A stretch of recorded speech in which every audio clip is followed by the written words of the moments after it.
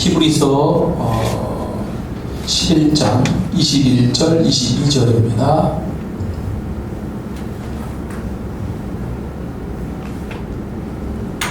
히브리서 11장 21절 22절 야곱 가정에 관련된 말씀이에요. 같이 읽겠습니다. 믿음으로 야곱은 죽을 때에 요셉의 각 아들에게 축복하고 그 지팡이 머리에 의지하여 경배하였으며, 믿음으로 요셉은 임종시에 이스라엘 자손들이 떠날 것을 말하고 또 자기 뼈를 위하여 명하였으며. 아멘. 자, 믿음으로 산 야곱의 가정, 오늘 두 번째 말씀이에요. 야곱과 요셉까지 이렇게 말씀을 드리려고 합니다. 우리가 성경 창세기를 읽어보시면 다 아는 이야기지만 여하튼 다시 느끼시면서 이렇게 은혜를 나누면 좋겠어요. 자, 야곱이 나이가 몇 살 때쯤에 외삼촌 라반의 집으로 갔느냐, 지난주에 말씀을 드렸어요. 몇 살 때쯤 결혼도 아직 안 했고 에서는 벌써 결혼을 여자 셋 정도를 얻게 됐지만 야곱은 아직 결혼도 안 했어요. 나이가 몇 살 정도 됐느냐? 추정 나이가 77세예요. 약 80세. 할아버지가 된 거예요. 계속 그러나 기다렸다 이거예요. 하나님이 허락하시는 시간까지 고통스럽지만 견디면서 그걸 해고서 이제 그 외삼촌 라반의 집에 일단 먼저 가죠. 거기서 20년 만에 돌아올 때 4명의 여자와 11명의 아들을 데리고 오고, 그 이후에 1명을 더 낳고 12명을 이제 낳게 되는 겁니다. 에서를 만나죠. 죽이려고 하는 에서에게 절하고 이렇게 넘어갔고요. 사랑하는 라헬이 죽습니다. 장례를 치렀고요. 아버지 이삭이 돌아가십니다. 장례 치렀습니다. 그리고 대대로 아브라함부터 살았던 헤브론, 기럇 아르바라고도 하는데요. 헤브론에서 이렇게 이스라엘 지도에 이스라엘 지도에 보면 헬몬산에서부터 쭉 내려와가지고 요단강을 내려와서 갈릴리 바다 밑으로 내려와서 사해가 있는데, 헤브론은 이쪽 사해 위쪽에 좌측에 있는 이스라엘 지도의 아래쪽에서 제일 높은 지역입니다. 거기에 헤브론에서 살고 있었어요. 하나님은 이 야곱 가정을 위하여 새로운 역사를 준비하고 있었습니다. 그것은 바로 17살의 의로운 요셉이 꿈을 꾸기 시작한 거예요.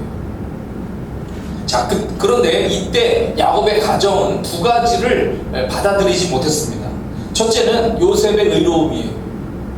요셉은 형들의 잘못과 문제점을 아버지에게 고자질, 전달하는 역할을 했습니다. 그래서 형들이 요셉을 미워했어요. 요셉은 이렇게 생각했을 겁니다. 하나님의 복을 받을 우리 가정. 그런데 이 가정 안에서 형들은 여러 가지 잘못과 문제의 자세를 계속 가지고 살고 있는데 그렇게 하면 안 되지 않느냐라고 하는 거죠. 그런데 형들은 그렇게 생각하지 않았습니다. 요셉의 행동을 받아들이지 못했어요. 형들은 자신들의 잘못을 고치기보다는 자신들의 잘못을 고자질하는 요셉이 자기들의 잘못하는 편에 서는 아이가 오히려 되기를 원했습니다. 문제가 점점 심각해지고 있는 겁니다. 두 번째, 받아들이지 못하는 것은 꿈입니다. 요셉의 꿈. 요셉이 꾸는 꿈은 지금까지 전통적인 유목생활에서 그리고 가부장적인 분위기 속에서 절대적으로 꾸면 안 되는 꿈을 꾼 거예요. 형들이 어떻게 요셉에게 절을 합니까? 나중에는 아버지와 어머니까지 절을 한다는 거예요. 이런 엄청나고 한편으로는 믿겨지지 않을 큰 꿈이었습니다. 하지만 이런 꿈을 꾸는 사람을 지난번에 전에 한번 배웠죠. 프레임의 법칙이라고. 프레임의 법칙. 프레임이라는 게 틀이에요, 틀. 어느 틀에 가둬놓고 이 틀 안에서만 보는 거예요. 이걸 뭐라면 고정관념이나 또는 선입견 이런 말로도 표현할 수 있는 거예요. 그러니까 전통적인 유목생활이나 가부장적인 그런 틀 안에서는 삐딱하게 나가는 것을 절대로 용납하지 못하는 거예요. 야곱의 가정의 식구들은 이 요셉이 꾸는 꿈을 받아들이지 못했고 점점 불만이 쌓여가다가 많아지다가 결국 요셉을 죽여버리자라고 생각을 했고, 에서 형이 야곱을 죽이려 했었던 것은 약복강 지나면서 씨름하고 절하면서 이렇게 해결이 되어졌지만, 이제 야곱 가정 안에서 일어나고 있는 이러한 엄청난 불만, 죄악의 문제가 자라고 있다는 것이 정말 넌센스 같은 일입니다. 꿈을 모르는 자, 꿈을 꾸어보지 못한 자, 꿈을 말할 수 없는 자는 꿈을 꾸고 꿈을 말하는 자를 싫어해요. 이해를 못하니까요. 불편하게 생각합니다. 왜 자꾸 틀을 깨냐 이거예요.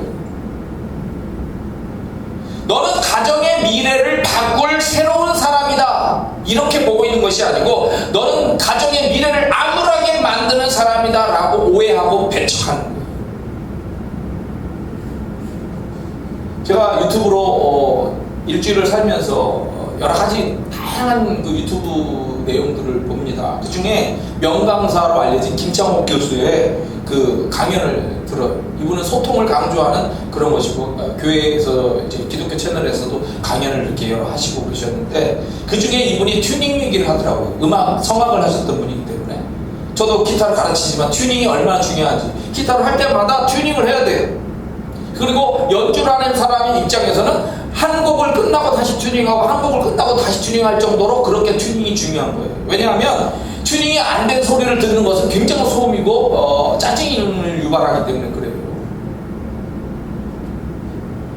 자, 평상적인 이런 온도에서 줄이 그냥 가만히 있을 거라고 생각하면 안 돼요. 줄이라는 것은 이게 온도의 변화에 민감하기 때문에, 그리고 이렇게 연주를 하다 보면 내가 힘을 가하기 때문에 이게 충격을 받아서 늘어지거나 조여지거나 그렇게 하는 현상이 나타납니다. 그러니까 이게 튜닝, 조절을 해야 되는 거예요. 근데 삶에도 튜닝이 필요하다는 거죠. 튜닝, 삶에도. 그게 무슨 얘기냐면 내가 삶을 살아가다 보니까 너무 조여있어, 내가. 또 때로 너무 느슨해서 풀어져 있어. 이런 상황이 생겨진다는 거예요. 다른 사람과 적절한 이런 그 튜닝을 할 적에는 내가 적절한 거리를 유지를 해줘야 되는 거예요. 너의 공간이 있어야 되고 나의 공간이라는 것이 있어야 된다는 거예요. 적절한 거리와 공간과 온도가 맞춰질 때 마음도 편하고 부드럽게 되어진다는 거예요. 근데 그게 안 될 때는 짜증이 나게 되고 화가 나거나 또는 그런 모습에 화가 나는 거죠. 근데 요셉의 꿈이다라고 하는 거를 이 고정된 틀에서 바라보는 야곱의 가정에는 적절하게 이게 보여지지 않는 거예요. 그거를 감당할 만한 적절한 온도가, 거리가, 공간이 더 우리가 신앙적으로 하면 믿음이 없는 거예요. 그러니까 그런 꿈을 꾸는 자는 죽어져야 되는 거예요. 없어졌으면 딱 편안한 거예요, 집안이. 그래서 요셉을 웅덩이에다가 집어던지죠. 그러다가 죽이려다가 애굽으로 내려가는 이스마엘 상인에게 팔아버립니다. 염소의 피를 그의 옷에 묻혀서 요셉이 죽었다라고 아버지와 가족들을 속이는 것으로 문제를 풀어요. 이런 일이 하나님을 믿지 않는 곳에서, 하나님을 사랑하지 않는 어떤 가정 안에서 일어난 이야기가 아니고, 이 가정을 통하여 온 세계 속에 하나님의 은혜와 사랑, 구원을 전달할 축복을 받은 그런 가정 안에서 일어난 이야기라는 거예요. 이게 더 큰 충격을 주는 겁니다.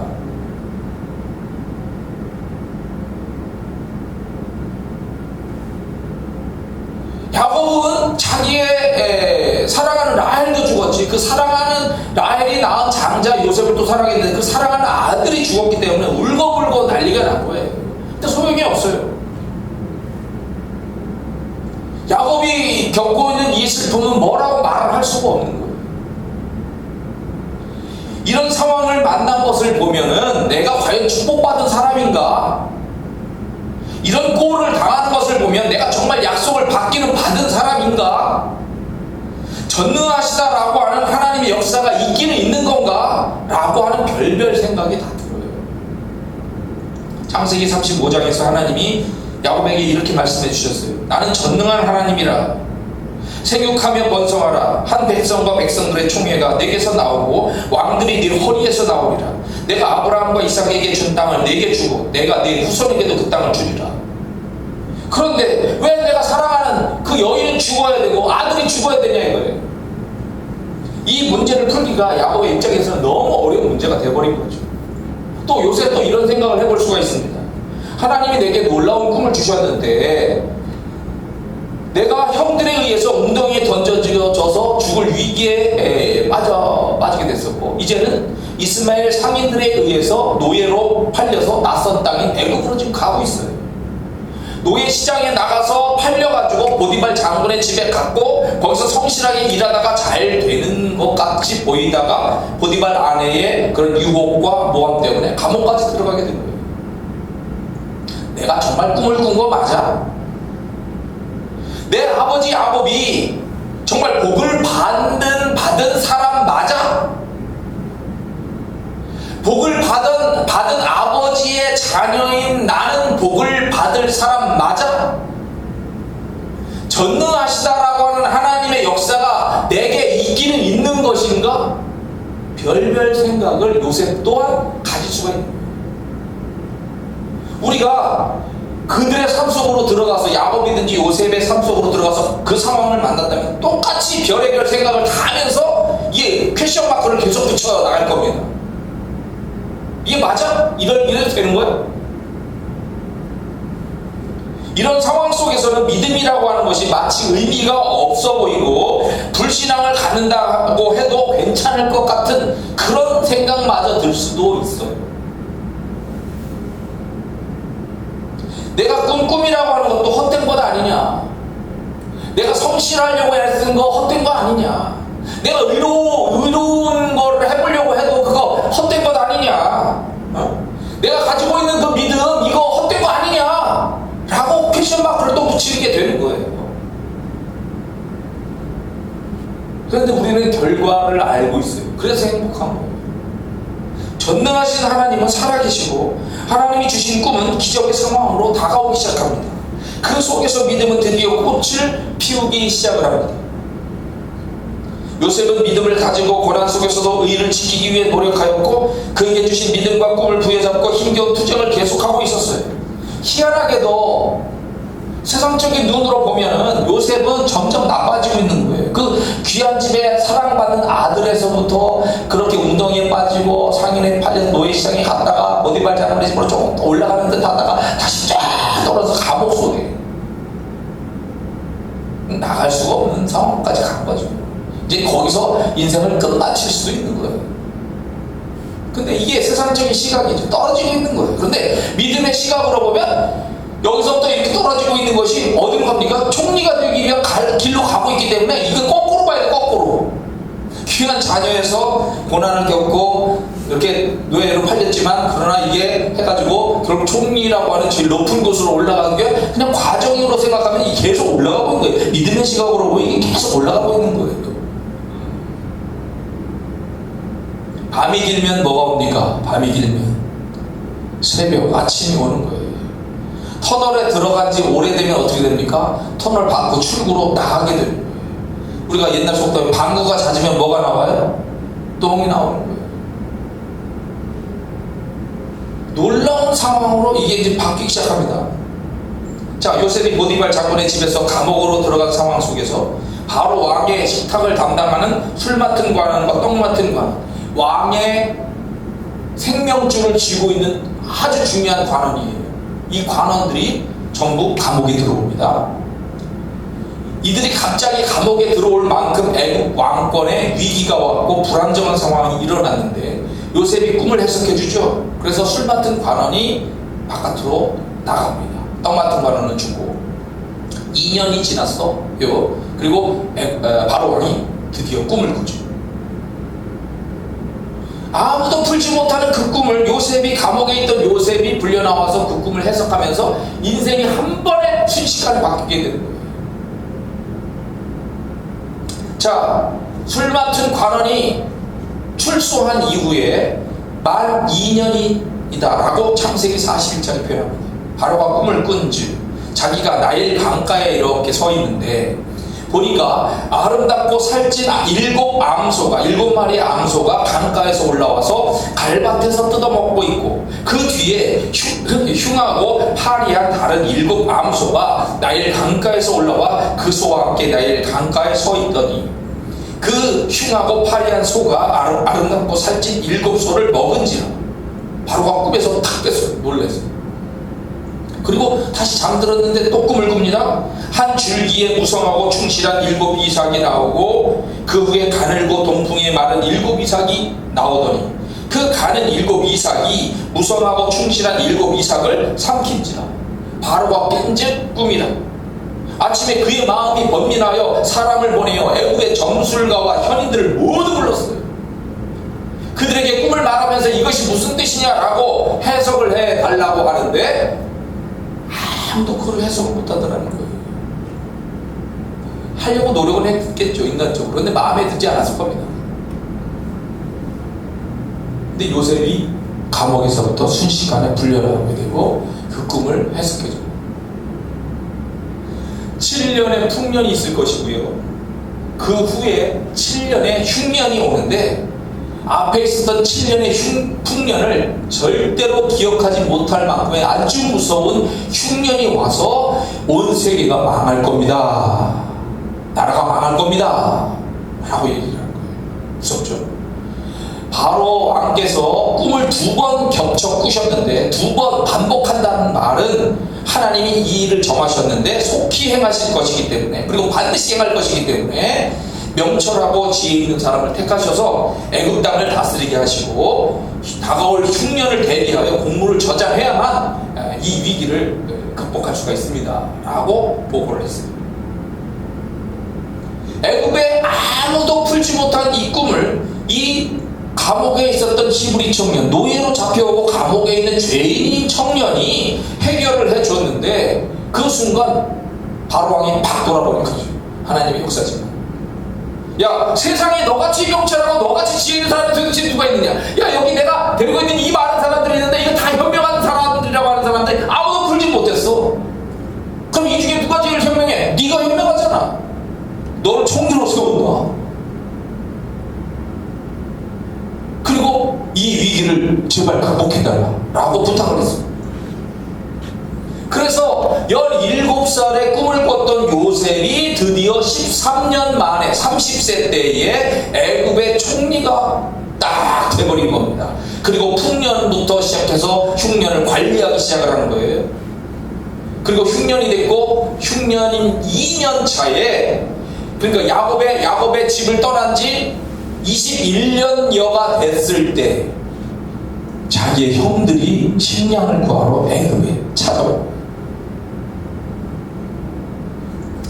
이 과정에서 요셉은 그들이 정말 지금 진실성을 가지고 있느냐라고 하는 거를 질문하는 거예요. 옛날에 내가 형들을 봤을 때 형들이 진실성이 없었어요. 문제가 많았어.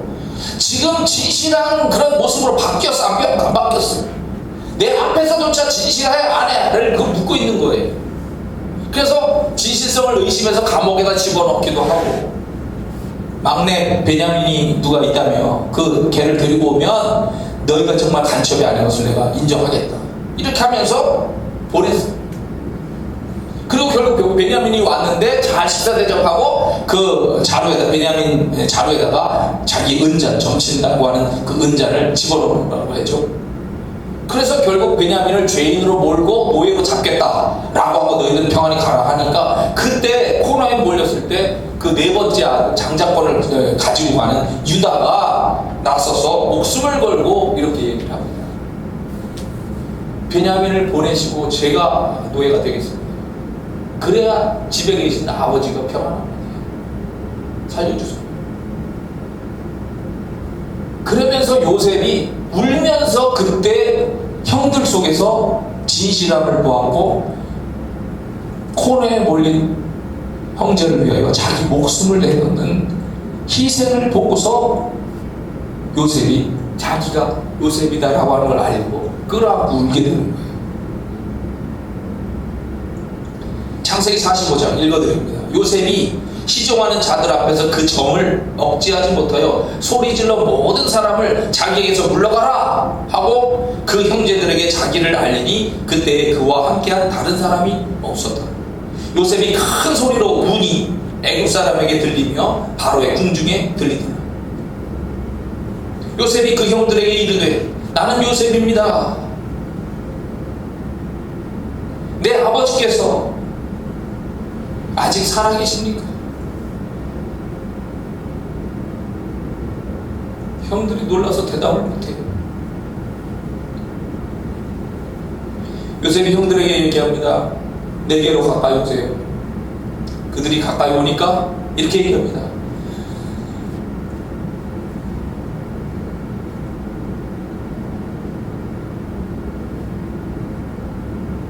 나는 당신들의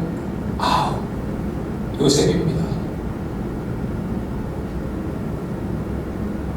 이게 중요해요. 이 순간이 굉장히 중요하죠. 그냥 자기의 권위를 가지고 그렇게 형들에게 계산적으로 말하는 게 아니고 11번째 아들로서 돌아가는 거예요. 나는 당신들의 아우 요셉입니다. 당신들이 애굽의 판사입니다. 당신들이 나를 이곳에 팔았다고 해서 근심하지 마세요. 한탄하지 마세요. 하나님이 생명을 구원하시려고 나를 당신들보다 먼저 보내셨습니다. 이 땅에 2년 동안 흉년이 들었지만 아직도 5년 동안 이렇게 밭갈이도 못하고 추수도 못할 겁니다. 그러니 이쪽으로 오세요 라고 초청한 얘기들을 쭉 합니다. 여기에 요셉의 믿음이 들어있습니다. 요셉의 믿음이 들어있습니다.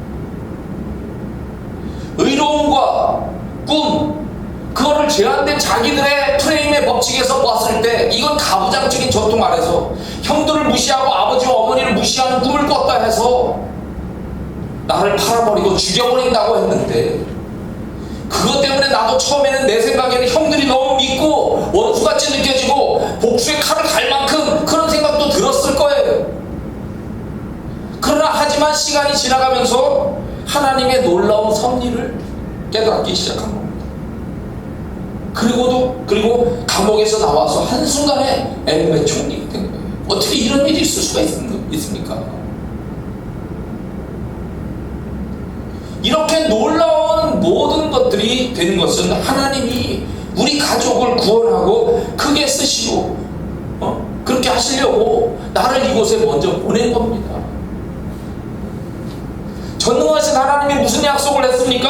아브라함과 이삭과 야곱에게 계속해서 복을 주신다고 말씀하셨습니다. 번성하게 한다고 말씀을 약속을 주셨습니다. 그렇다고 고난과 위기가 안 오니까 위기와 고난이 몰려오죠. 온갖 슬픈 일들이 일어납니다. 그러나 이 모든 상황에도 불구하고 이 모든 것들을 선으로 바꾸시면서 인도하고 계셨다는 거예요.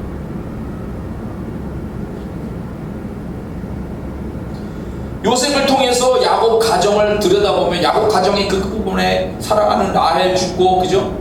그리고 요셉도 죽었다고 하죠. 그리고 집안에 그 유다도 바깥으로 나가가지고 가나안 족속들과 어울리면서 장자 죽고 차자 죽고, 그리고 자기가 며느리하고 관계하고 애 낳고 막 이런 식으로 삐딱하게 막 집안이 좀 풍지박산 같은 슬픔과 막 갈등으로 막 어울룩지면서 형들은 막 삐딱하게 나갔었고, 집안이 아닌 거였어요. 모두가 이 사건을 통해서 고난을 받고 아픔을 느끼면서 막 그렇게 살아왔어요. 그런데 이 과정 속에서 우리가 뭘 하게 만드느냐면 하나님을 붙잡게 하는 거예요.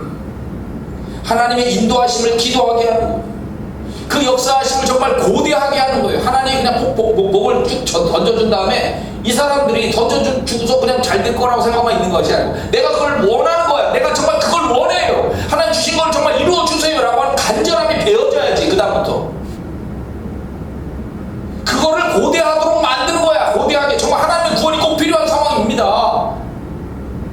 삐딱했던 형들이 진실하게 변화되어져야만 하고, 미움과 불평으로 얼룩졌던 가정이 서로를 생각해야 되고 희생할 줄 알아야 되고 울고 하나가 되는 상황이 만들어져야 되는 거예요.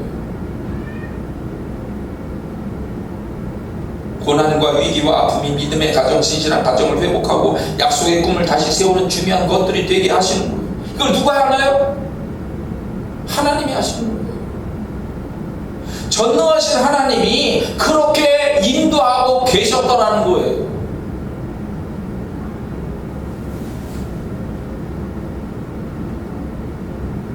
요셉이 애굽의 총리가 되었다는 말을 아들들이 이야기할 때 그 야곱의 가정의 숫자들이 아들들까지 물론 합해서 70명인데 그 식량을 구하러 갔다 온 사람이 몇 명 되는지 모르지만 그 가족들과 거기에 딸린 권속들 해서 한 1000명 된다고 1500명 된다고 합시다. 그 사람들이 그거 믿었겠어요? 아니 죽었다는 내용, 실제적으로는 애굽에 팔려갔다는 요셉이 애굽의 총리가 되었습니다 라고 보고를 할 때 믿을 수가 없는 거예요. 그거는 완전히 인간적으로 아무리 생각을 해봐도 될 수가 없는 이야기예요. 불가능한 말하고 있는 거죠. 근데 누가 만들었습니까? 하나님이 그렇게 만들었어요. 슬픔과 좌절 속에서 낙심하면서 베냐민도 빼앗겼다, 죽을지 모른다, 이런 두려움 속에서 있었던 이 지쳐있는 야곱이 그 이야기를 듣고 이스라엘로 일어나는 걸 다시, 아 그래 내가 하나님과 사랑과 겨우 이겼지 않았느냐, 내 이 어려운 상황을 이겼지 않았느냐 하고 일어나서 그 하나님 앞에 감사를 하게 되는 거예요. 찬양. 그래가지고 이 야곱의 가정 70명이 애굽으로 내려가는데 그때 바로왕을 만나죠. 야곱이 그때 나이가 몇 살? 130살. 제 나이가 나그네의 세월 130년인데 참 험악하게 지냈습니다 라고 고백을 해요. 그 자리에서. 그러니까 외삼촌 라반의 집에서 돌아올 때가 100세 정도 됐단 말이에요. 그리고 30년을 그동안 살았는데 그 과정에 20여 년이 요셉의 그 문제이고요. 그 30여 년을 살았는데 내가 정말 너무 힘들게 살았다라고 고백을 하는 거거든요. 그러나 하나님이 인도하고 있는 거예요. 그래서 70명의 야곱의 가족들이 무사히 애굽에 정착하고 야곱은 평안을 누리다가 하나님 나라로 가게 됐습니다. 가기 전에 자녀들에게 유언의 축복을 하는데 12명의 자녀들을 다 이제 이렇게 축복을 하는데 그 중에서 특히 요셉이 두 아들 그 므낫세하고 에브라임을 데리고 와가지고 그 축복을 받게 합니다. 근데 여기 아주 독특한 게 드러나요. 요셉에게 야곱이 이렇게 얘기합니다. 이전에 가나안 땅 루스 이 베델에서 내가 이제 외삼촌 라반의 집에 갈 때 처음 하나님을 만났던 자리, 그 루스 땅. 그때 루스에서 전능하신 하나님이 내게 나타나사 복을 주시며 내게 이르시되 내가 너로 생육하고 번성하게 하여 내게서 많은 백성이 나게 하고 내가 이 땅을 내 후손에게 주어 영원한 소유가 되게 하리라 하셨느니라. 내가 애굽으로 와서 내게 이르기 전에 애굽에서 내가 낳은 두 아들, 요셉아 네 아들 므낫세하고 에브라임 이렇게 얘기를 해야 되는데 갑자기 장남인 므낫세와 에브라임을 거꾸로 얘기를 합니다. 야곱이. 이게 유언적이고 미래적인 걸 보고 있기 때문에 그래요. 갑자기 요셉이 두 아들을 데리고 축복을 받으라고 갔는데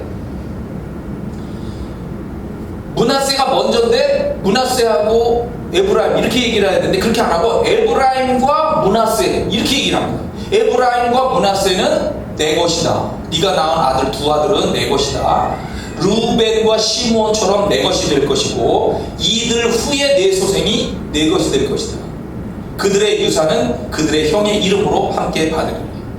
그래서 이 야곱의 아들 중에서 레위 지파는 세 번째 아들 레위 지파는 이제 그 제사장의 지파로 별도로 분리가 되고 그러면 12명에서 한 명이 빠지니까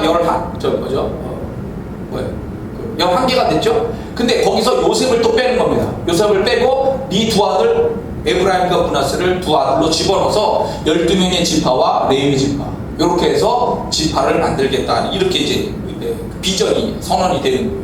놀라운 이야기죠. 나는 내 아들인데 내 아들은 내 아들로서 복을 받아야 되는데 그게 아니고 내 아들이 나와 동일한 수준으로 아들로 올라가는 거예요. 이 요셉의 지파에 이런 축복이 주어지게 됩니다. 그리고 유언을 해주는데 오른손은 능하고 강한 손이기 때문에 장작을 오른손에다 놔야 되는데 이걸 이렇게 에브라임에게다가 먼저 이렇게 해놓습니다. 그러니까 요셉이 그러지 마세요. 여기가 장자고요. 얘가 장자고요. 얘가 차자입니다. 근데 야곱이 축복을 하면서 그대로 내비두라고 얘기를 하죠. 자, 어떻게 얘기를 하냐면 내 조부 아브라함과 아버지 이삭이 섬기던 하나님, 나의 출생으로부터 지금까지 나를 기르신 하나님. 하나님이 자기를 길렀대.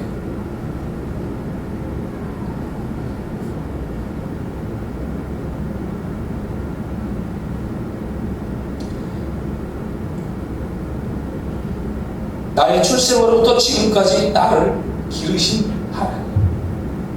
나를 모든 환난에서 건지신 여호와의 사자께서 이 아이들에게 복을 주시오며 이들로 내 이름과 내 조상 아브라함과 이삭의 이름으로 칭하게 하시오며 이들이 세상에서 번식되게 하시기를 원하나이다.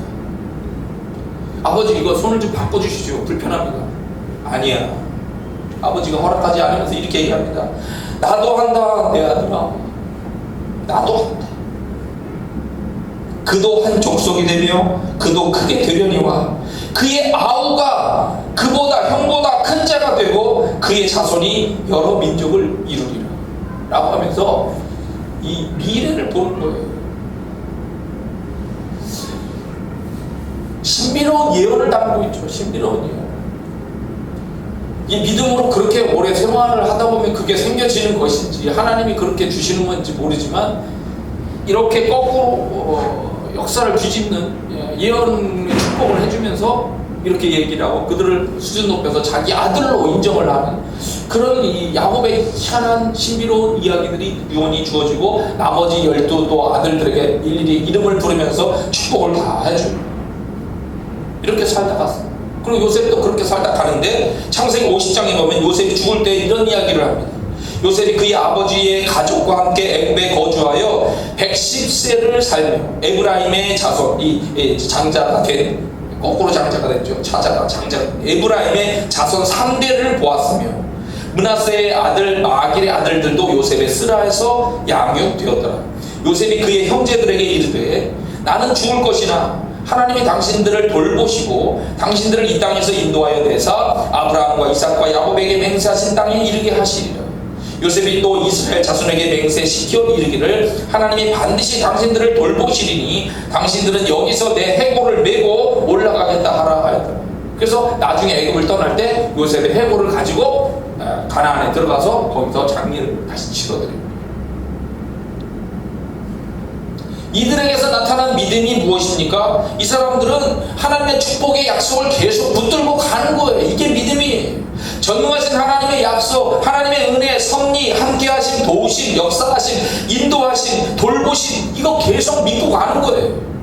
때로 뭘 만납니까? 위기를 만나고 고난을 만나고 슬픔을 만나고 가정이 막 요동치면서 난리를 치는 그런 상황 속에 가지만 이겨내면서 가는 거예요. 이겨내면서 가는 거예요.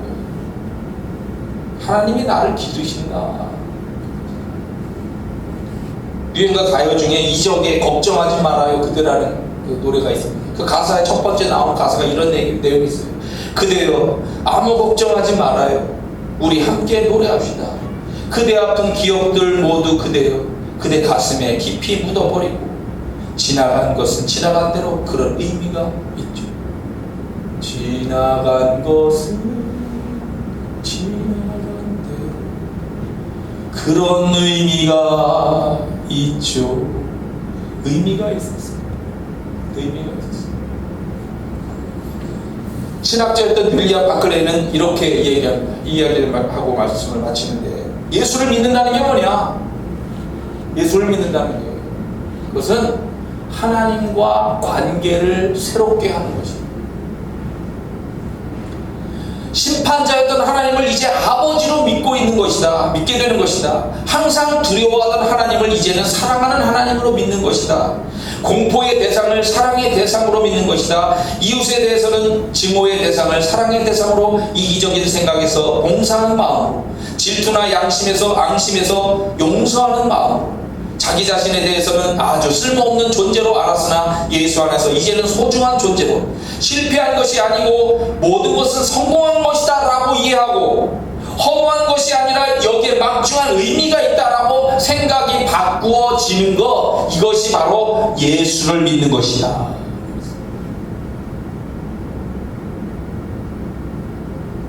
예수를 믿는 게 뭐예요? 예수를 믿는데 왜 위기가 일어나고 슬픔이 일어나고 아픔이 일어나고 고난이 일어나? 왜 집안이 난장판이 돼? 그런데 그러한 과정 속에서도 누굴 바라봐? 주님을 바라보는 거. 이것을 바꾸시는 하나님, 그 하나님을 바라보고 나도 바꿔가면서 이겨나가는 거. 이게 예수 믿는 것이다. 우리는 야곱의 가정 속에서 엄청난, 세상이 경험하지 못할 만큼의 어마어마한 위기를 보아요. 슬픔을 보고 아픔을 보고. 그러나 이것을 뒤집어서 새로운 역사를 만들어가는 이런 내용들을 보기 때문에 감사할 수 있게 되고 찬양하게 되고, 아, 우리도 그렇게 해야 되는구나, 꿈을 그리게 되는 거예요. 여러분과 제가 야곱의 가정처럼 승리하게 되기를 축원합니다. 다 같이 기도합니다.